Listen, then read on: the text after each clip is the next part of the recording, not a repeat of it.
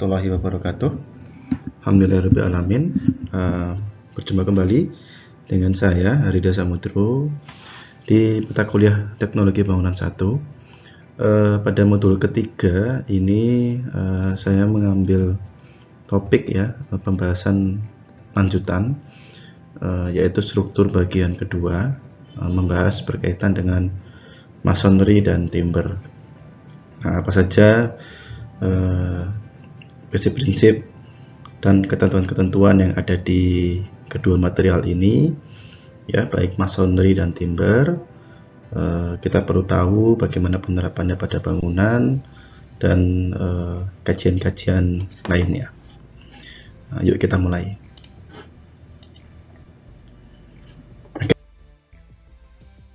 Sebelum masuk ke materi inti, ini adalah strategi perkuliahan. Kita sudah masuk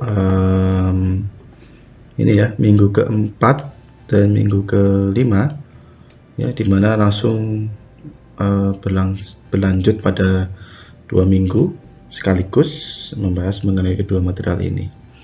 Nah, selanjutnya kalian bisa lihat untuk materi-materi yang akan saya sampaikan.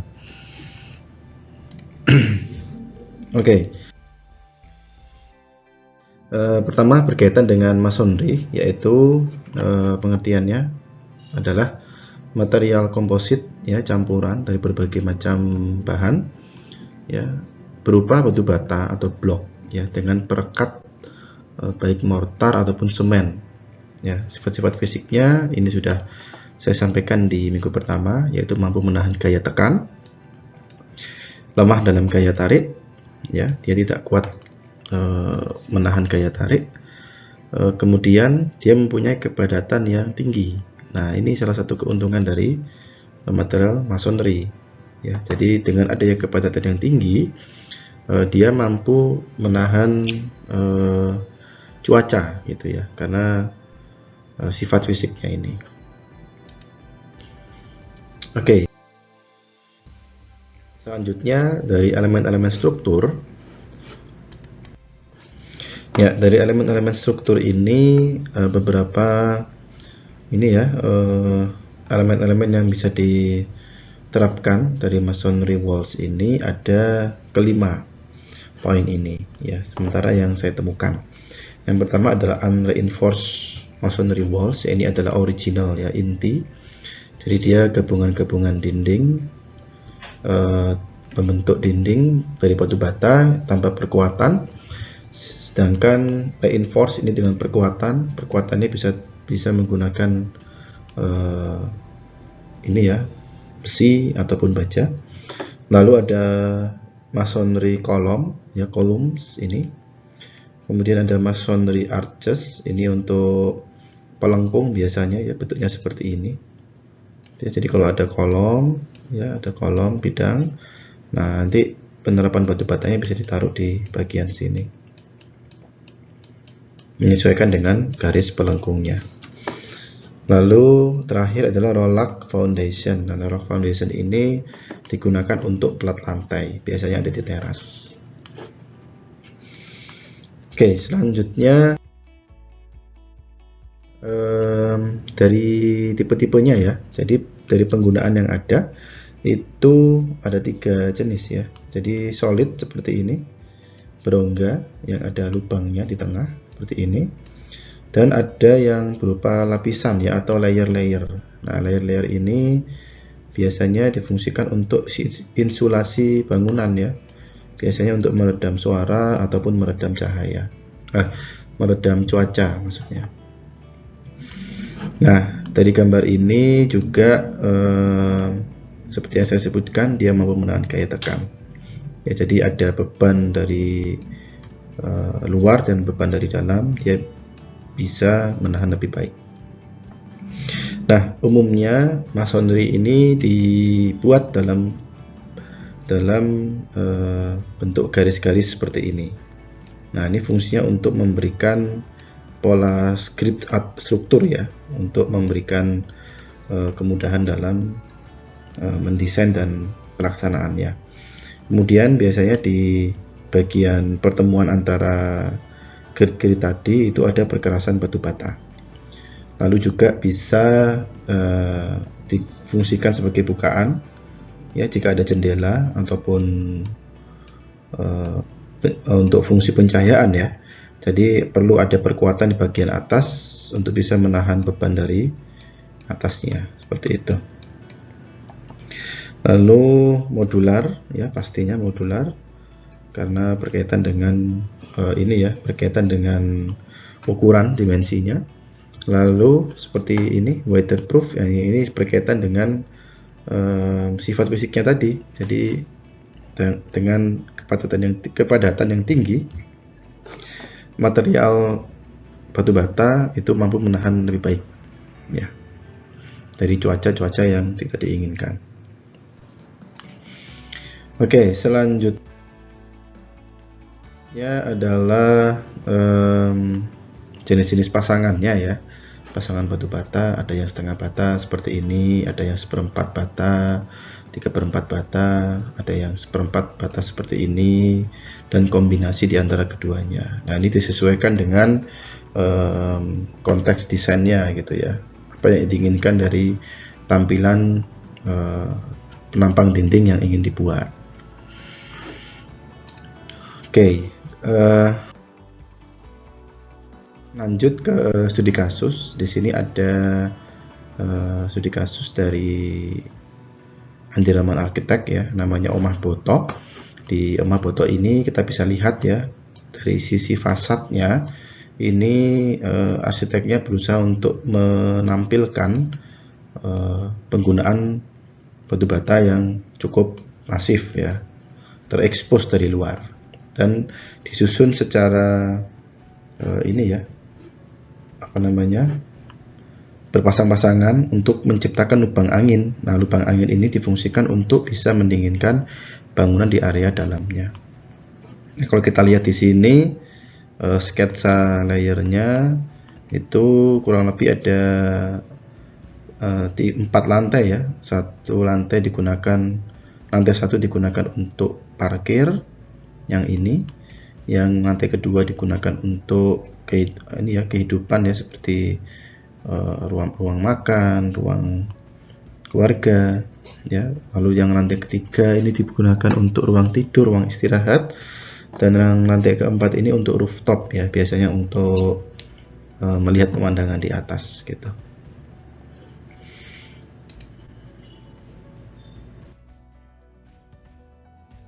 Nah, dari Omah Boto ini kita bisa lihat modulasi strukturnya ya, dari penggunaan ekspos batu bata.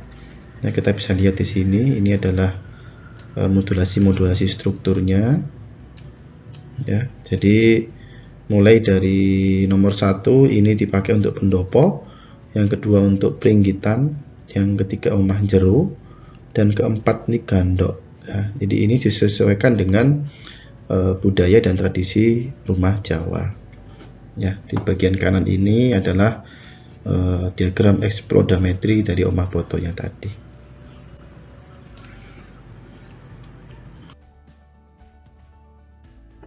Ini secara detail dari potongan perspektif ya, atau key plan-nya.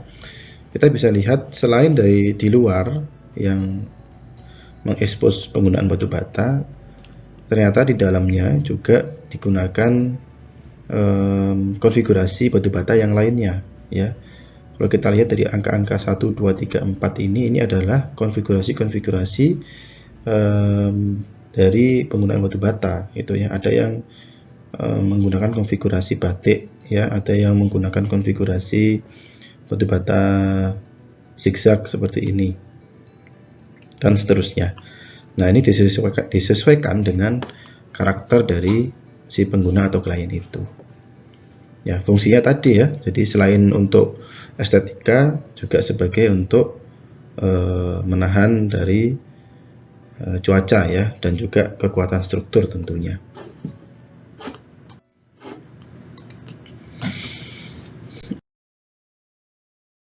Oke, diambil dari Omah Boto tadi. Jadi kita ambil satu bagian dinding.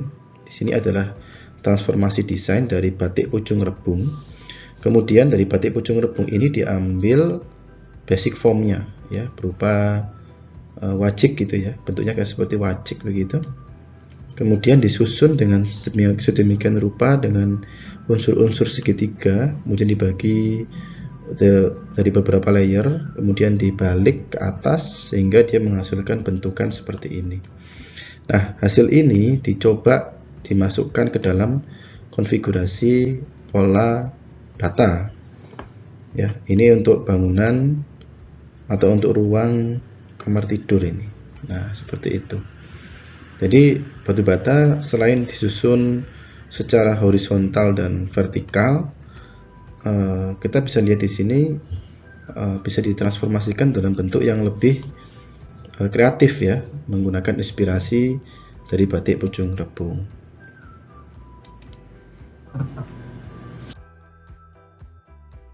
Nah, dari bukunya Nata Bata juga ada beberapa konfigurasi ruang ya. Kalau kita lihat di sini lebih detail ya, itu ternyata ada perkuatan. Nah, perkuatan ini yang disebut dengan reinforced masonry walls, yaitu selain memberikan kekakuan antara bidang satu dengan bidang lainnya, reinforced masonry walls ini berfungsi untuk keseluruhan kekuatan struktur bangunan. Ya, selain menguatkan dinding itu, dia juga bisa digunakan untuk menguatkan struktur sistem yang lain dan menitik beratkan pada estetika fasad bangunan.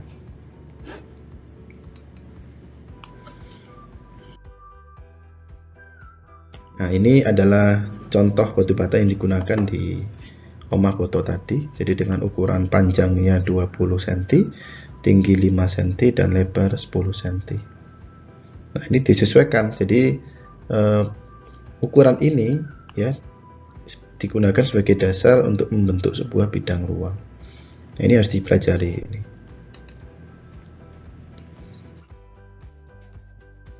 Nah, ini adalah salah satu contoh penerapan pada gambar-gambar yang lain.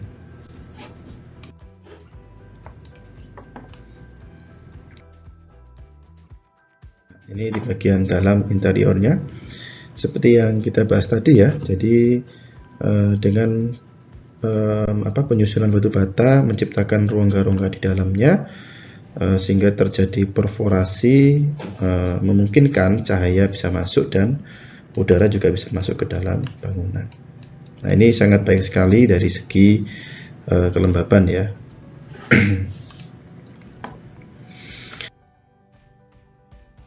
Oke, tadi kita bahas mengenai masonry, kita beralih ke material yang kedua, yaitu timber. Ya, timber ini adalah material organik yang berasal dari pohon. Nah, timber ini kita bisa bahasakan dengan material kayu gitu ya. Nah, material kayu itu ada berbagai macam ya, ada bambu, ada kayu jati, ada kayu sengon, dan lain sebagainya. Tapi secara keseluruhan dari material-material itu, sifat fisiknya adalah mampu menahan gaya tekan dan tarik ya, berbeda dengan masonry tadi. Dia cocok sebagai beban lentur, complete structural frameworks ya, jadi dia bisa diterapkan pada berbagai macam struktur bangunan, kemudian mudah untuk dibangun dan tapi dia lemah terhadap kelembaban karena sifat organiknya tadi. Nah, elemen-elemen struktur tadi yang sesuai dengan sifatnya, dia mampu diterapkan di berbagai macam sistem elemen bangunan ya. Jadi mulai dari dinding, lantai, ya, kemudian dinding maupun atap. Nah, secara garis besar, ini adalah perjalanan penggunaan material kayu ya. Jadi pada era-era modern saat ini, memang konkrit dan setir mendominasi di saat berkembangnya zaman gitu ya. Penggunaan timber atau kayu sebagai struktur bangunan hanya untuk bangunan dengan konstruksi ringan 1-8 lantai, seperti kita lihat di bangunan-bangunan yang ada di berbagai belahan dunia ya. Yang paling tinggi ini ada di Jepang ya, Iyo Temple, Jepang. Ini sekitar 57 meter dengan jumlah lantainya adalah 5. yang cukup tinggi ya.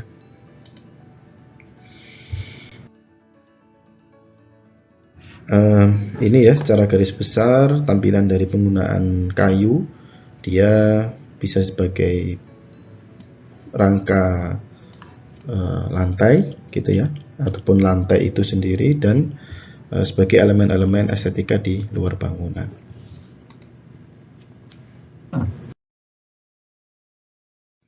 Kemudian dari anatomi kayu ini itu ada berbagai macam lapisan. Nah, lapisan-lapisan ini yang menyebabkan tadi ya, kembali ke sifat fisiknya, dia lemah terhadap kelembaban karena dia sifatnya organik. Kemudian tipe-tipe kayu ini ada dua ya, ada softwood seperti ini, bentuknya meruncing, dan hardwood yang bentuknya melebar seperti ini.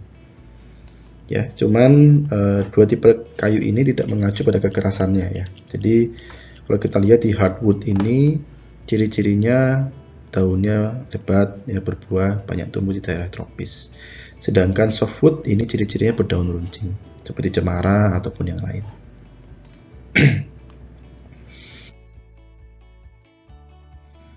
Nah, ini lebih detailnya lagi. Jadi di material kayu ini kita lihat ada guratan-guratan corak tekstur ya, yang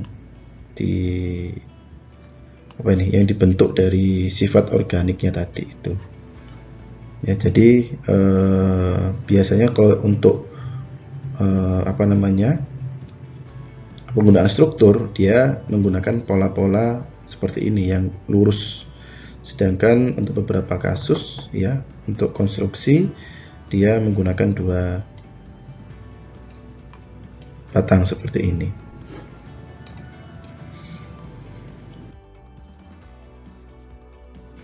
Kemudian untuk bambu sendiri ini ya salah satu material kayu yang cukup unik ya, banyak hidup di Indonesia. Jadi strukturnya seperti ini ya, jadi ada rongga di dalam, ini cavity, lalu ini dindingnya, ini diafragmanya. Nah, diafragma ini yang berfungsi besar ya, mempunyai peran besar dalam kekuatan struktur bambu itu gitu ya. Dengan adanya diafragma di setiap layer-layer batang bambu ini, dia memperkuat dari material ini. Nah, tipe-tipenya ada berbagai macam ya. Ada bambu apus, bambu bambu petung ya, bambu hitam atau yang lainnya lah. Yaitu tipe-tipe bambu menyesuaikan dengan penggunaan sistem strukturnya.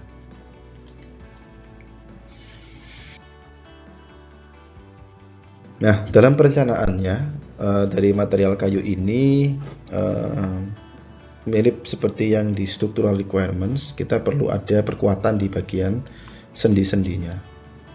Ya, jadi kalau tidak ada perkuatan dari sendi-sendinya, dia akan mengalami deformasi bentuk ya, atau kejatuhan struktur. Nah, itu yang harus dicermati supaya pembangunan struktur menggunakan material kayu ini dapat berdiri dengan baik. Nah, kemudian jika musim hujan, nah ini perlu ada overhang yang cukup panjang ini supaya air yang jatuh ke tanah tidak langsung terkena dengan dindingnya, karena kalau jika terkena air ini cukup fatal ya, bisa merusak dari material kayu itu sendiri. Kemudian untuk perkuatannya dari sistem struktur itu biasanya diperkuat dengan connecting seperti ini. Nah, ini biasanya dari material besi.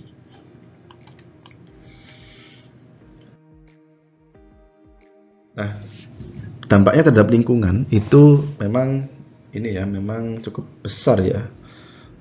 Pada era sekarang memang kita sudah disarankan untuk tidak menggunakan material kayu ini gitu ya, karena pertimbangannya terhadap lingkungan, karena tadi ini ya, ada deforestasi, kemudian distribusinya, programnya, belum lagi izin dan strateginya, lalu signifikansinya, kemudian cara merecyclingnya sampah-sampah kayu ini. Jadi itu adalah salah satu dampak negatif penggunaan material kayu.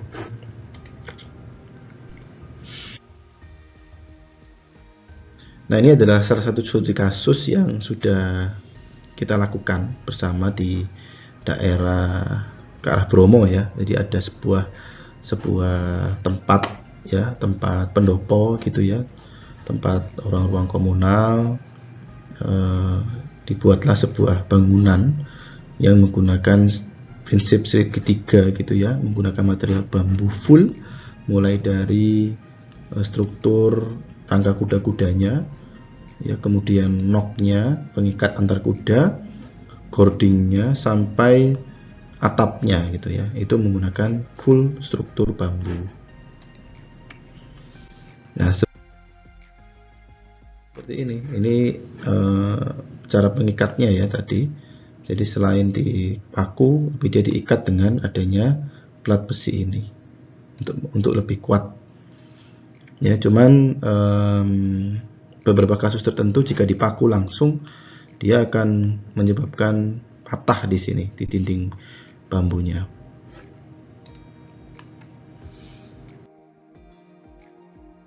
Nah, ini jadi solusinya adalah mengikat bambu ini di bagian atasnya menggunakan tali ijuk ya, atau PEX ya, tali ijuk, kemudian dikombinasi dengan pengikat yang dari baja tadi itu atau besi, kemudian di skrup. Nah, ini lebih memperkuat dari struktur bambu itu.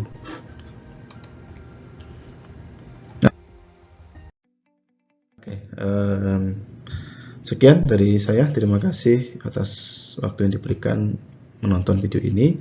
Semoga bermanfaat. Saya akhiri. Wassalamualaikum warahmatullahi wabarakatuh.